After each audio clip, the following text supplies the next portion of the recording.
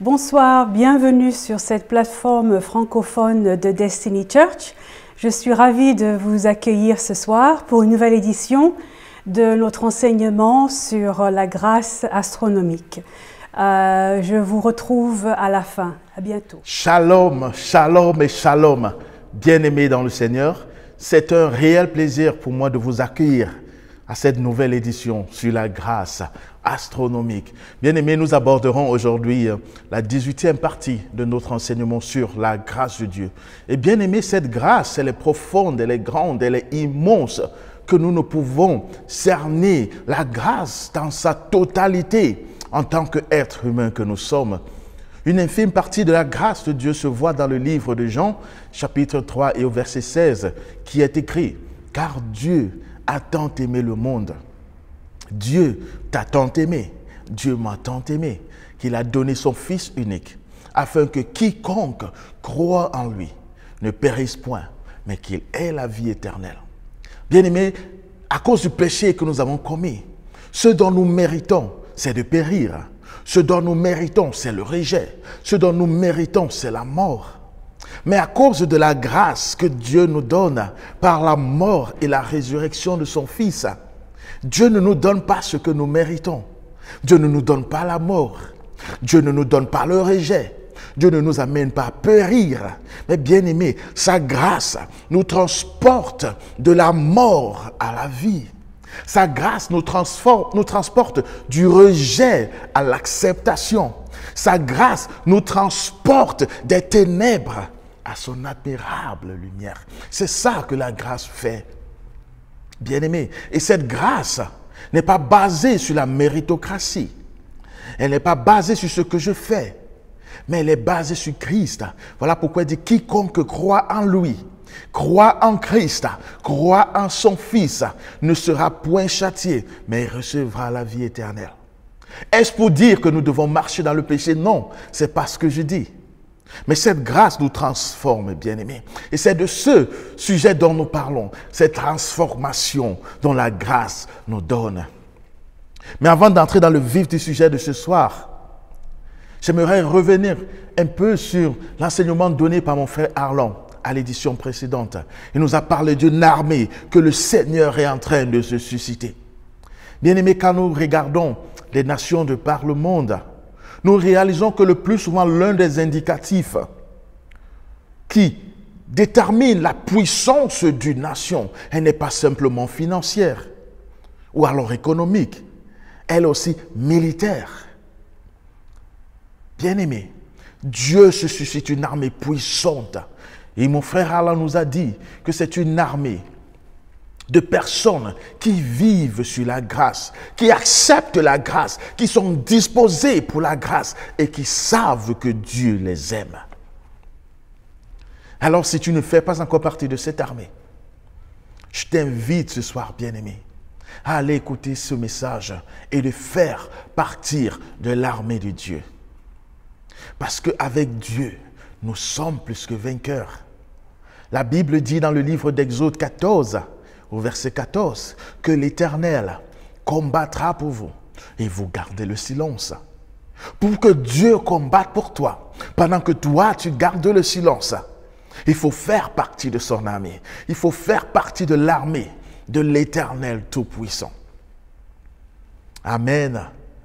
Mais pour ce soir, nous parlerons de notre sujet, qui est trait avec la grâce, qui parle de l'identité de l'homme que nous sommes. Mais nous parlerons de ce sujet aujourd'hui sous une forme de question. Et la question, la voici. Qui suis-je? Qui suis-je? Bien-aimés, à certains moments, nous nous retrouvons dans des moments difficiles. Nous traversons des moments difficiles.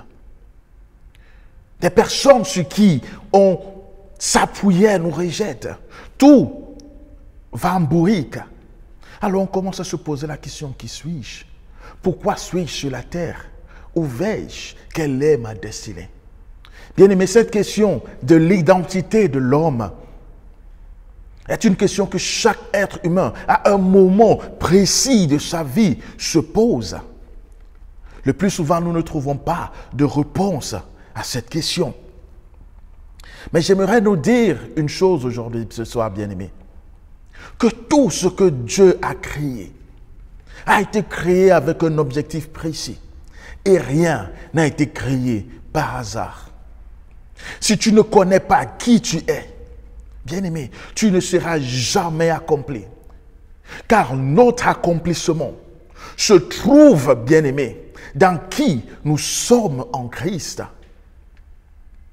Sinon, tu seras frustré, désillusionné et fatigué de la vie, ne sachant pas pourquoi tu te lèves chaque matin. Bien-aimé, ta vie est un objectif. Et il est important, bien-aimé, de connaître qui nous sommes. Car cette question de qui nous sommes contrôle chaque être humain. Bien-aimé, les vêtements que tu portes en ce moment est contrôlé par cette question-là. Où tu vis actuellement est contrôlé par cette question de qui suis-je? Bien-aimé, ce que tu étudies ou ce que tu es en train d'étudier est contrôlé par cette question. Le choix de tes amis est contrôlé par cette question, par ton identité. Bien-aimé, cette question détermine comment tu te coiffes. Bien-aimé, elle contrôle même le montant que tu investis dans tes vêtements, dans ton vestimentaire. Le crime dans la société est déterminé par notre identité. Parce que quand nous ne savons pas qui nous sommes, nous nous associons aux mauvaises personnes. Bien-aimé, notre identité définit qui nous sommes et ce que nous faisons chaque jour. Bien-aimé, chaque homme sur la terre cherche la réponse à qui ils sont. Peu importe notre statut social, peu importe la couleur de la peau, chaque homme, être sur la terre, cherche à savoir qui il est. Mais le problème est que si tu ne sais pas qui tu es, tu ne seras jamais accompli. Parce que notre accomplissement est déterminé par notre identité. Qui suis-je semble être une question simple, mais en réalité, bien aimé, elle ne l'est pas. Car plusieurs d'entre nous, jusqu'à ce jour, ne savons pas qui nous sommes. Voilà pourquoi, bien aimé, nous nous identifions par des marques de vêtements que nous portons. Il n'y a rien de mauvais avec des marques de vêtements. J'aime les marques de vêtements. Mais le problème devient quand nous trouvons notre valeur, nous trouvons notre importance, nous trouvons notre accomplissement dans ces marques-là. Parce que nous ne savons pas qui nous sommes, bien-aimés. Nous portons des marques pour nous sentir importants.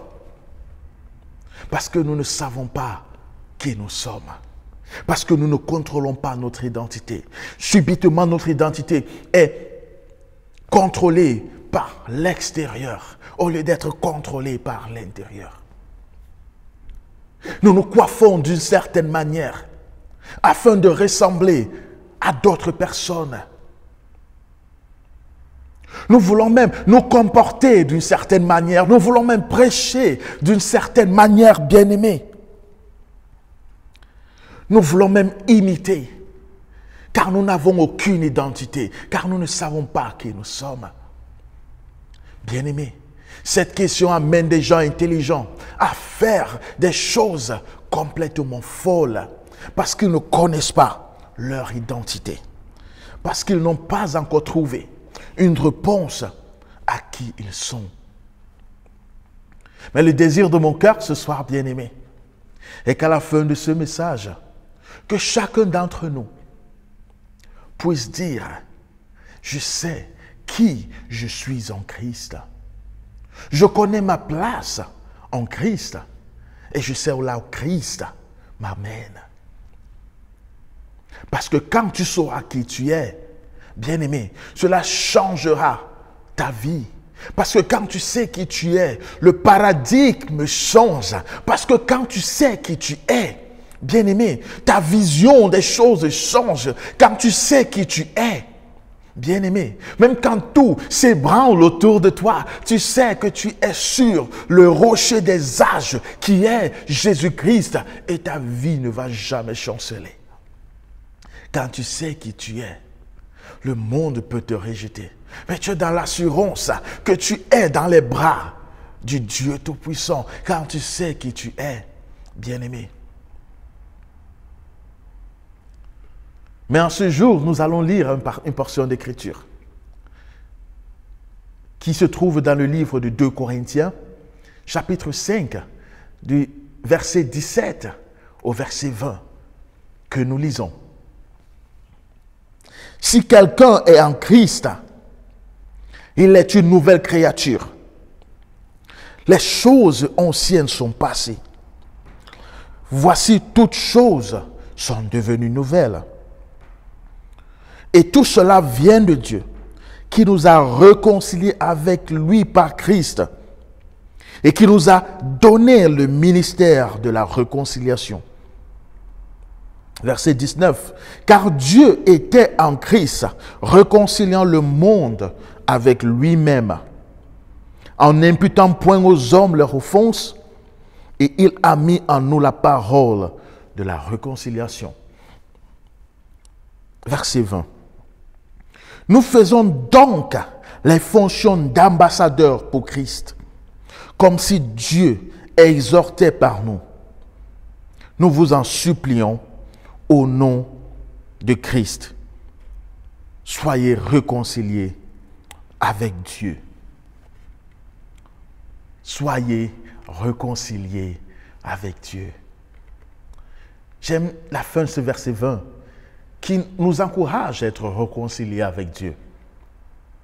Bien-aimés, nous avons été créés à l'image de Dieu. Et Dieu nous a donné 5 sens afin de pouvoir nous connecter sur cette terre-ci. Et notre connexion avec Dieu n'est pas basée sur les 5 sens que nous avons. Elle est basée sur notre homme intérieur ou alors notre esprit. Parce que Dieu se connecte à un homme par son esprit. Parce que Dieu est un esprit, il se connecte à l'esprit de l'homme. Et Dieu est intéressé à se connecter à l'homme. Et quand nous étudions l'écriture, la Bible, que ce soit de Genèse, Apocalypse, nous réalisons que Dieu se connectait par communauté. Et dans la Bible, nous pouvons identifier 3 grandes communautés par lesquelles Dieu s'est connecté à l'homme. La première communauté que nous pouvons avoir, c'est la communauté du Jardin d'Éden. Bien-aimé, l'homme était dans un environnement parfait. Il avait tout ce qu'il pouvait désirer. Et la Bible dit que chaque soir, dans une fraîcheur, Dieu venait dans le Jardin d'Éden pour se connecter avec Adam et pour se connecter avec Ève. Parce que Dieu se connecte à nous par communauté. Dieu avait dit à l'homme, restez ici, prenez soin du jardin. Et Dieu se connectait à l'homme. Tout était parfait. Bien aimé, l'une des choses que je veux relever ici, c'est que c'est quand l'homme pêche que Dieu chasse l'homme du Jardin d'Éden. Alors Dieu décide de changer la méthode d'approche pour se connecter à la communauté. Alors nous avons la deuxième communauté que nous avons, qui est le peuple d'Israël. Quand nous arrivons au peuple d'Israël, Dieu change l'alliance. Dieu établit une alliance avec Israël. Et à cause de cette alliance, Israël était appelé à faire les sacrifices d'animaux pour verser le sang afin de couvrir leurs péchés pendant une période déterminée. Et partout où le peuple d'Israël se trouvait, ils érigeaient des autels où ils faisaient des sacrifices. Et après la communauté d'Israël, nous avons la dernière communauté qui est l'Église, par laquelle Dieu se connecte à l'homme. Et cette communauté est basée sur une nouvelle alliance. Et cette alliance a été scellée par la mort et la résurrection de Christ. Alors si nous voulons entrer en connexion avec Dieu, nous devons le faire par son Fils, Jésus-Christ. Mais pour ce soir, j'aimerais rapidement partager 2 points avec nous ce soir, afin de répondre à cette question sur notre identité. Qui suis-je en réalité? La première chose que j'aimerais dire ce soir, c'est que nous sommes une nouvelle créature. Tu es une nouvelle créature. Dans la portion d'écriture que nous avons lue aujourd'hui dans 2 Corinthiens 5, 17, nous allons revenir sur le verset 17 qui dit ceci. Si quelqu'un est en Christ, il est une nouvelle créature. Les choses anciennes sont passées. Voici, toutes choses sont devenues nouvelles. Toutes choses sont devenues nouvelles. Bien-aimés, il dit, je vais relire ce verset. Il dit, si quelqu'un est en Christ, il est une nouvelle créature. Les choses anciennes sont passées. Voici, toutes choses sont devenues nouvelles. Bien-aimés, pour être une nouvelle créature, nous devons être en Christ. Nous devons être en Christ pour être une nouvelle créature. Et le mot créature, bien-aimé, et le mot nouvelle, vient du mot grec kainos, qui veut dire original, restauré dans l'état original. En d'autres termes, cette portion d'écriture nous fait savoir ceci, que si nous sommes en Christ, nous sommes restaurés à notre état originel.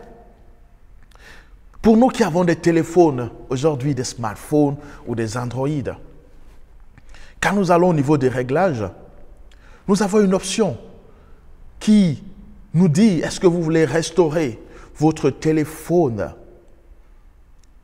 à l'état originel, sortir nouvellement de la boutique, sortir nouvellement de magasin de fabrication, qui va effacer toutes les applications, qui va effacer toutes les photos, qui va effacer toutes les vidéos.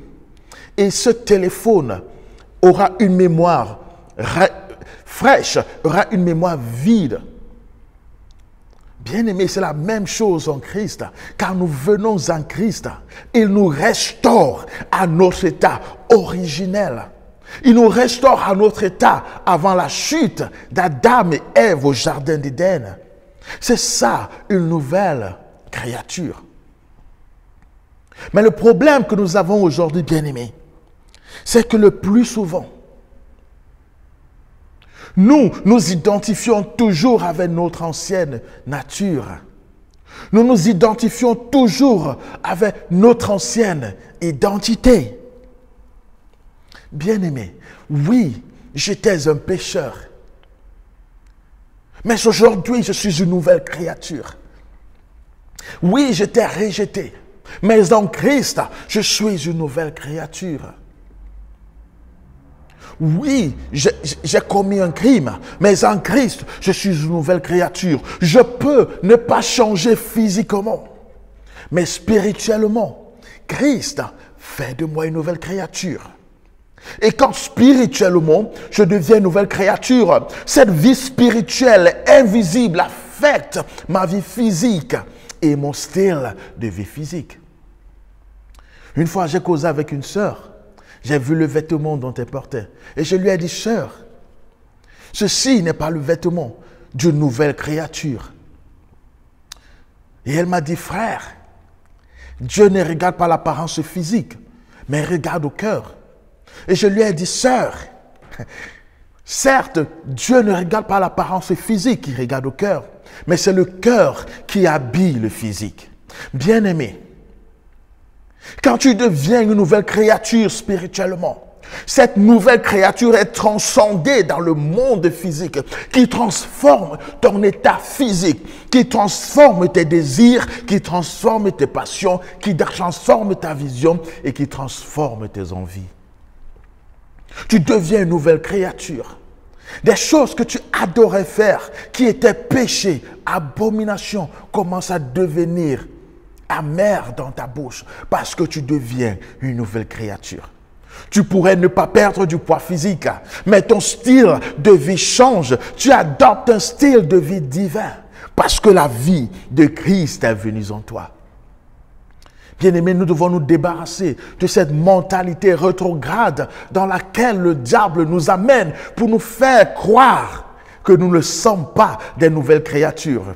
Parce que la Bible dit que celui qui est en Christ, il est kainos, il est original, il est restauré à son état original. Et c'est là la personne ou les personnes que nous sommes.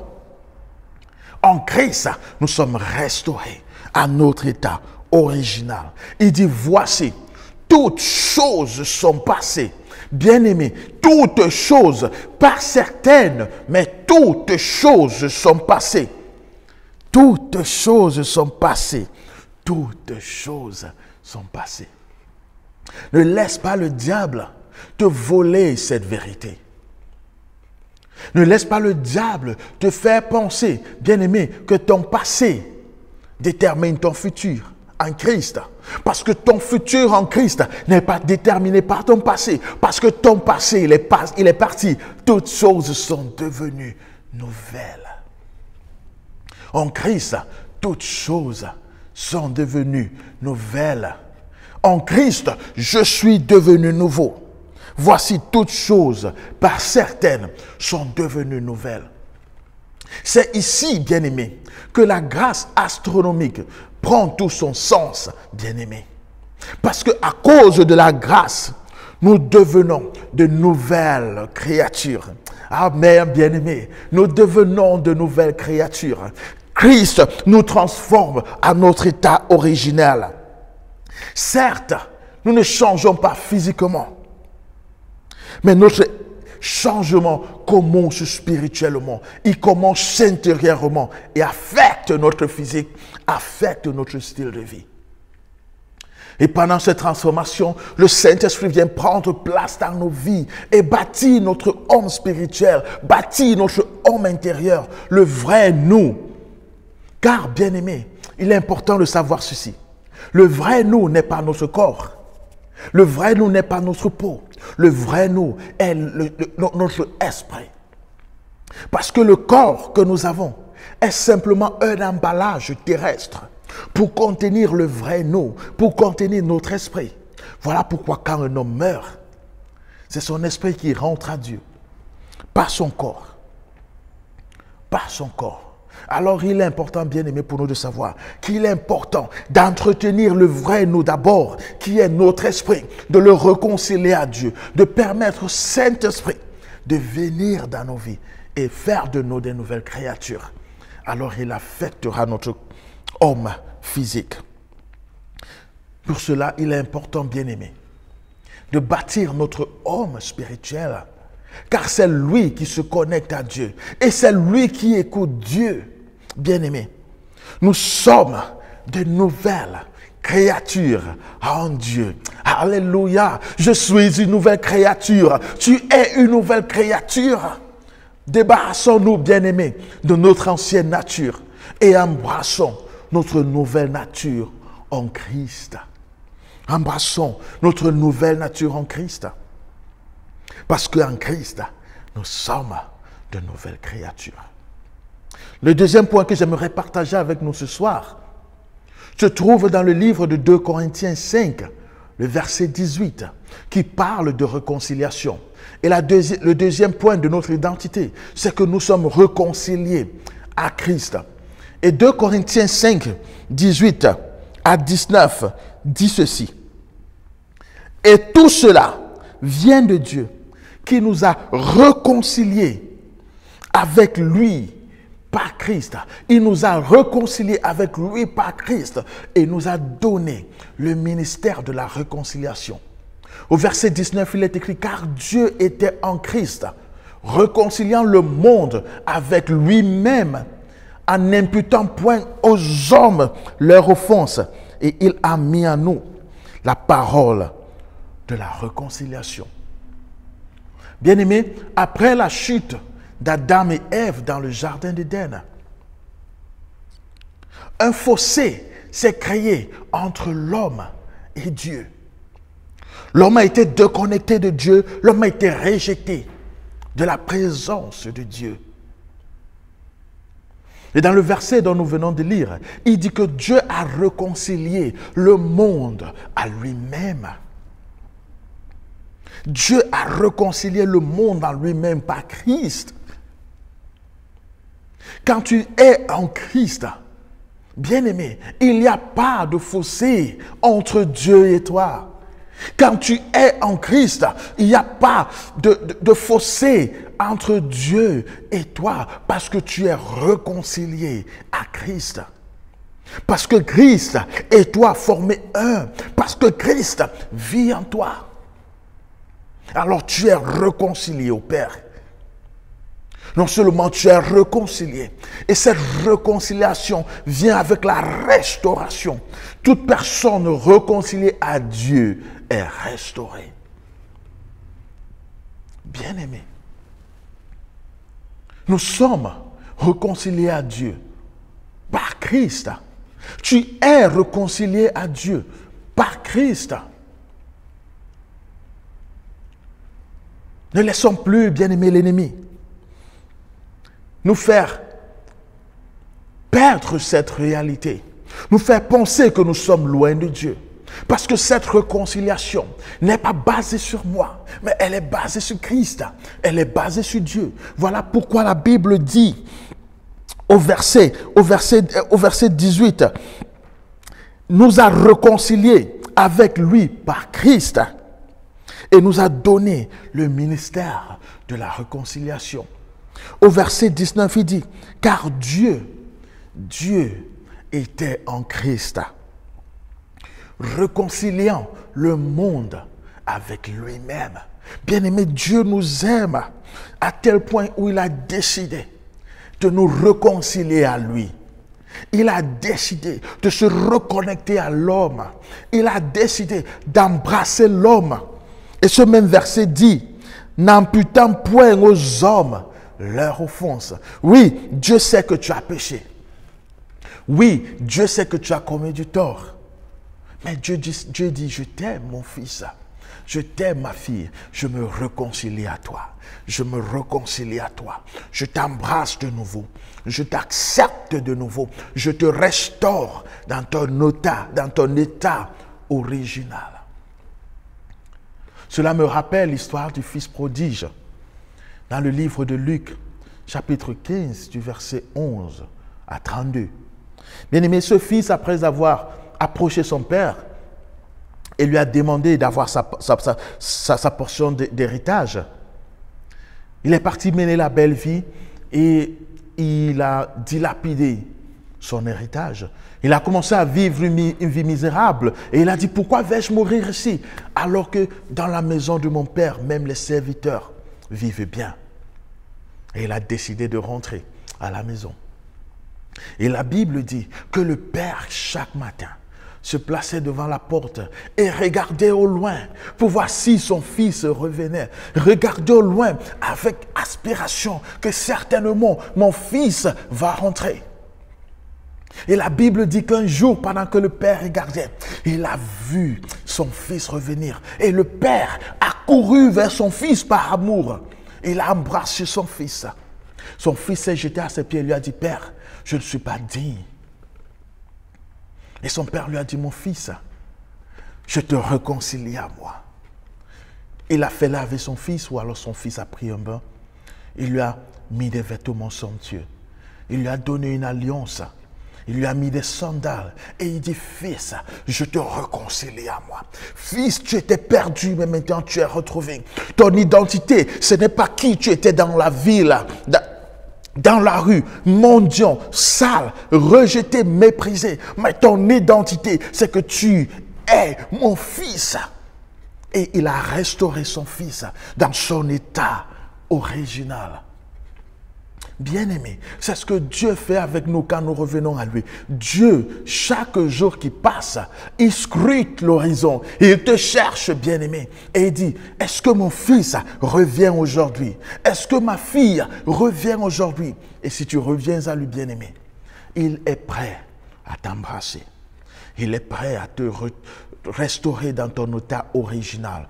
Parce que tu es original aux yeux de Dieu. Parce que tu es un enfant de Dieu. Tu es créé avec un but et un objectif. Alors à la question qui suis-je? Deux réponses, bien-aimé. La première chose, la première réponse à qui je suis, bien-aimé, c'est que je suis une nouvelle créature. Je suis restauré à l'état original. Et la deuxième chose, c'est que je suis réconcilié avec Dieu. Alors si tu écoutes ce message aujourd'hui, tu te poses la question, qui suis-je? Parce que ton identité se trouve rien qu'en Christ. Et tu n'as pas encore accepté Christ dans ta vie. Je t'encourage à accepter Christ. Afin qu'il te restaure dans ton état original. Afin qu'il te réconcilie à Dieu. Afin qu'il te restaure dans qui tu es supposé être. Alors je t'invite à faire cette prière avec moi aujourd'hui. Seigneur Jésus, merci parce que tu es mort sur la croix pour moi. Merci parce que tu veux me restaurer à mon état original. En ce jour, je viens à toi. Je m'abandonne à tes pieds. Je te demande pardon pour tout péché que j'ai commis. Que le sang de Christ me lave et me purifie. Je t'accepte dans ma vie en ce jour comme Seigneur et Sauveur personnel. Viens et prends la place du roi. Merci parce que tu m'acceptes dans ton royaume. Au nom de Jésus-Christ. Amen. Si tu as fait cette prière, bien-aimé, écris-nous à l'adresse qui s'affiche en dessous. Nous serons ravis de vous écouter, ravis de vous accompagner dans cette nouvelle marche chrétienne. Sur ce, soyez bénis et à vous revoir à la prochaine édition. Je suis votre frère Yannick Mbok. Shalom. Donc, si vous avez été béni par ce message de mon frère et si vous avez fait la prière de repentance, bienvenue dans la famille de Dieu. Je suis vraiment très heureuse pour vous. Vous avez fait un bon choix. C'était un choix vraiment que vous n'avez pas regretté. Si vous voulez nous contacter, vous pouvez nous contacter à l'adresse électronique affichée ci-dessous sur l'écran. Et je vous retrouve à la prochaine fois pour une nouvelle édition. Au revoir.